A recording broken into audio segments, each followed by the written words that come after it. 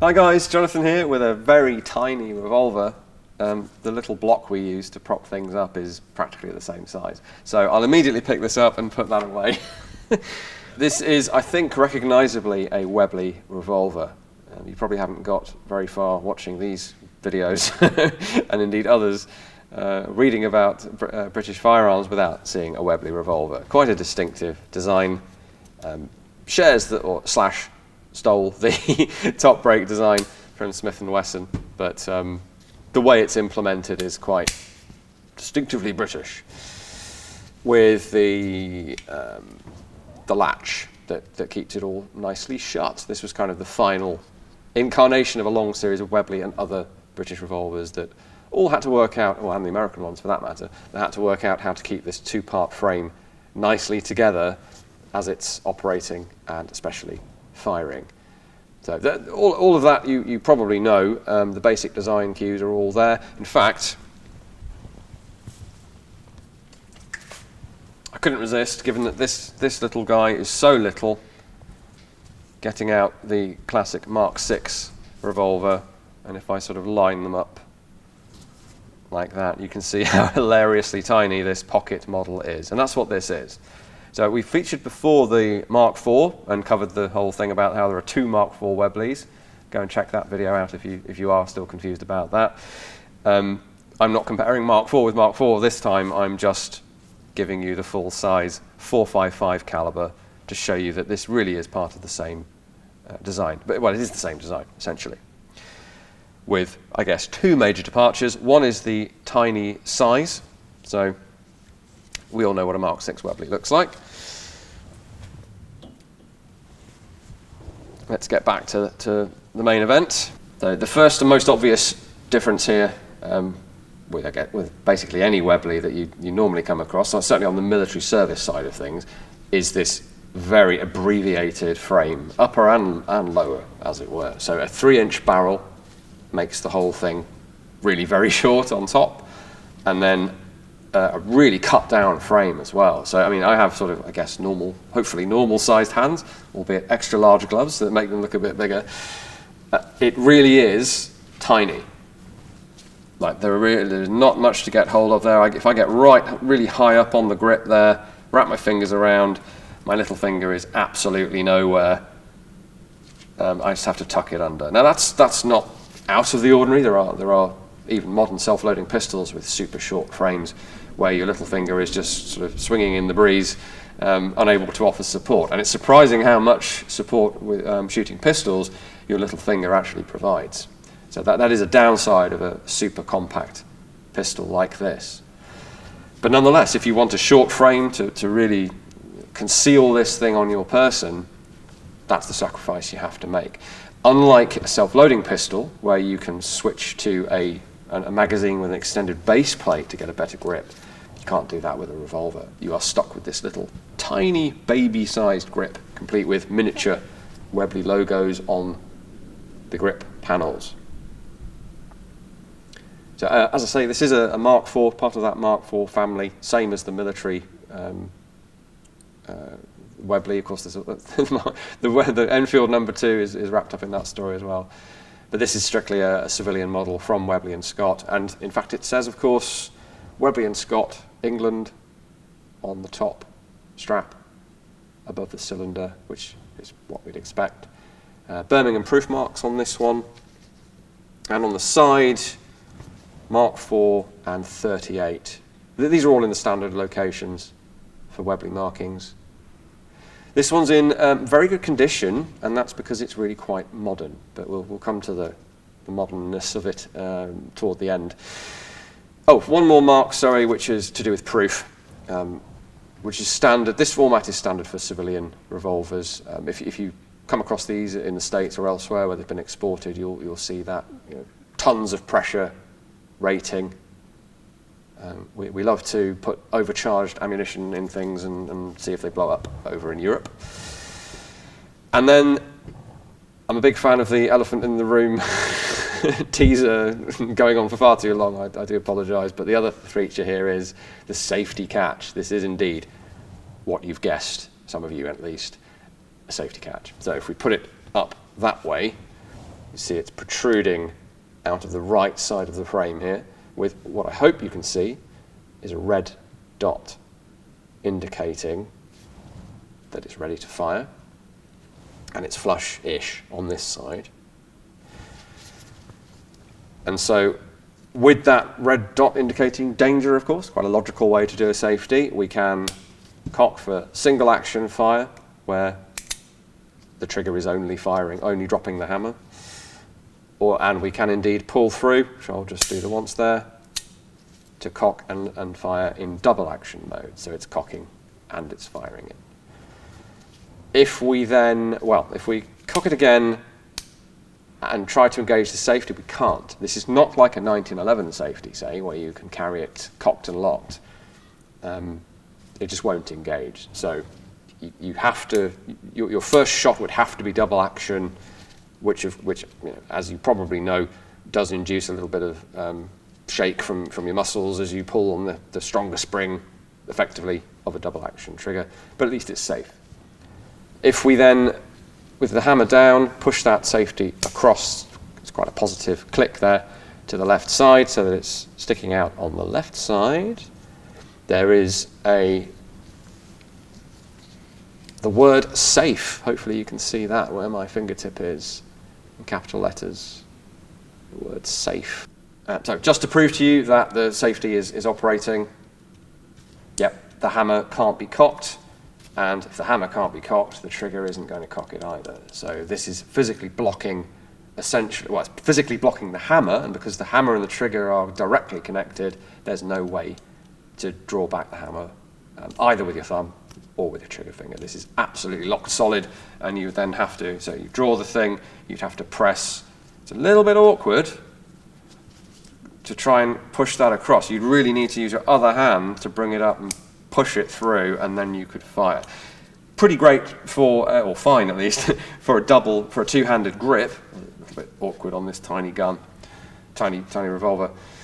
Not great for the traditional one-handed draw and fire, which was basically standard for just about everyone in the 60s and before that. Into the 70s, there's a lot more in the way of two-handed shooting going on, but this would not have been well liked by everyone at a time when you have the James Bond pistol shooting stance, essentially, and you'd have to try and get the safety off with your firing hand. It can be done. I've just managed it. So with some practice, but the trouble there is you're breaking your grip to push it across. It's an unnatural, not very ergonomically friendly movement, and then you'd have to reestablish your grip. Much better to draw it, push it across with the offhand thumb, and then I guess you could go back to one-handed traditional shooting. So you should be in no doubt as to the condition of your revolver with a safety catch. And it's worth saying, revolvers with safety catches are pretty rare. There is a Forgotten Weapons video from a few years ago that has, I think, 3 or 4 different revolvers with safety catches of different types. And Ian's point there, of course, is about novels, especially novels of a time, fiction generally, mentioning safeties on revolvers. And often that's because authors use the word revolver to mean pistol or handgun and weren't really thinking what revolver meant. But in fact, nearly always that's going to be the case, because they wouldn't have known about revolvers with safeties. But you do have some wiggle room, if it's in one of your favourite old novels, to go, yes, well, that will have been one of the several types of revolver that have a safety catch. It's not usually needed, because we either have single action with a hammer down, it's ultimately safe unless you cock it, or we have double action where you really need to, well, first you need to put your finger in the trigger guard, and then you need to pull all the way back on quite a strong spring. So revolvers don't typically need safeties. If you're going to issue them to police, and maybe you don't have enough training time or money historically to not have them shoot their firearms negligently, then you would just increase the trigger spring pressure. That was done with certain American police forces and the Glock pistol, for example, to limit the chance of a negligent discharge. Not necessarily the best idea, but nonetheless, revolvers with safeties did exist. Now, when did they exist? Well, the Mark IV model of Webley is introduced around about 1930, and it continues in production until at least 1970.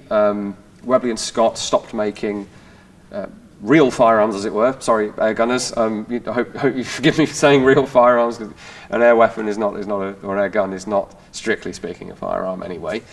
In 1979, they carried on making air guns until 2005, and then sort of went dormant effectively. The company ceased to exist as it was. This one, with a serial number in the range that it's in, is sometime in the 1960s. This is why it looks so pristine, is that it's relatively recent. Older than me, but not really old. And I picked it for, well, two reasons. One is that safety catch. I mean, the fact that it's tiny is kind of fun as well, but the safety catch, I think, is technically very, very interesting. So Webley kind of goes away in 2005, but they are back. And the prompt for me digging one of these out to talk about it is the kind of cool history meets present day aspect that they are back as a company. Now, they're not back within the UK per se, although it is UK managed, I gather, owned and managed. The new factory has been established in India. Now, that's in large part, I believe, because there's a strong tradition in India with the Webley series of revolvers. The Indian Ordnance Factory were making a version of this, still are, I believe. And so this new revolver, I think there's just the one product on the books at the moment, I gather, for Webley, new Webley, I suppose. Same name, which is this same design. So it's this found favour in India latterly, 60s, 70s, and I guess the Indian Ordnance Factory was making them for police and civilians, as far as I know. And now Webley are making what looks to me to be a higher quality version of that. So we'll see. It'd be nice to get one or both of those into the collection in the future. The sort of quirk of this is the caliber. So this one's a 38, as you saw. Historically, and I'm not quite sure when they introduced this crossbolt safety, sometime after 1930, but well before 1960, it was an optional thing. You could nearly always buy a Mark IV revolver with an optional crossbolt safety in this sort of humped frame. So as well as being able to get the optional safety basically the whole time, you could also get it in 38 or 32. In common with most of the Webley range, you have a choice of calibers down to 22 or 22 for some models, including small frame models like this with a safety. So there's a 2.2 version of this as well at one time. Now, when I say quirk, I mean that under Indian firearms law, 38 caliber is deemed to be a military caliber, or cartridge type, I should say. And so the go-to variant of this in India became the 32 caliber version, which we oddly don't seem to have in the collection. I've gone with this 38 to show you today. And so I imagine you could, with a particular license or something, you could get the 38, but the vast majority of people buying these for self-defense purposes, that's what this is for, we're buying them in 32 and will be buying them in 32 because that's what the new Webley is chambered in. Now, just jumping back quickly to the very short grip, the Indian Ordnance Factory version of this design actually has the full-length grip, or at least the versions I've seen pictures of had a full-size grip, so short barrel, safety catch, and a full-size grip. I'm not sure if that's indicative of it being intended more for police use. I don't know, but certainly the new version of this from Webley coming out of India will be this size and shape, but in 32. Of course, Webley always marked "Made in England" on its products, and the new Indian version says Webley and Scott, England, on it. So it being an English design with all the history behind it is still very much a selling point, even away from home, as it were. Thanks so much for watching. Don't forget, as well as our online presence, our Facebook, Instagram, Twitter, we do have real-life museums that you can come and visit here in the UK if you're fortunate enough to be in the area.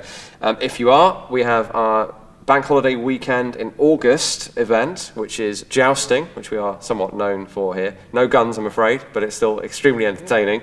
people actually going at each other with extremely large pointy sticks at the end of the day.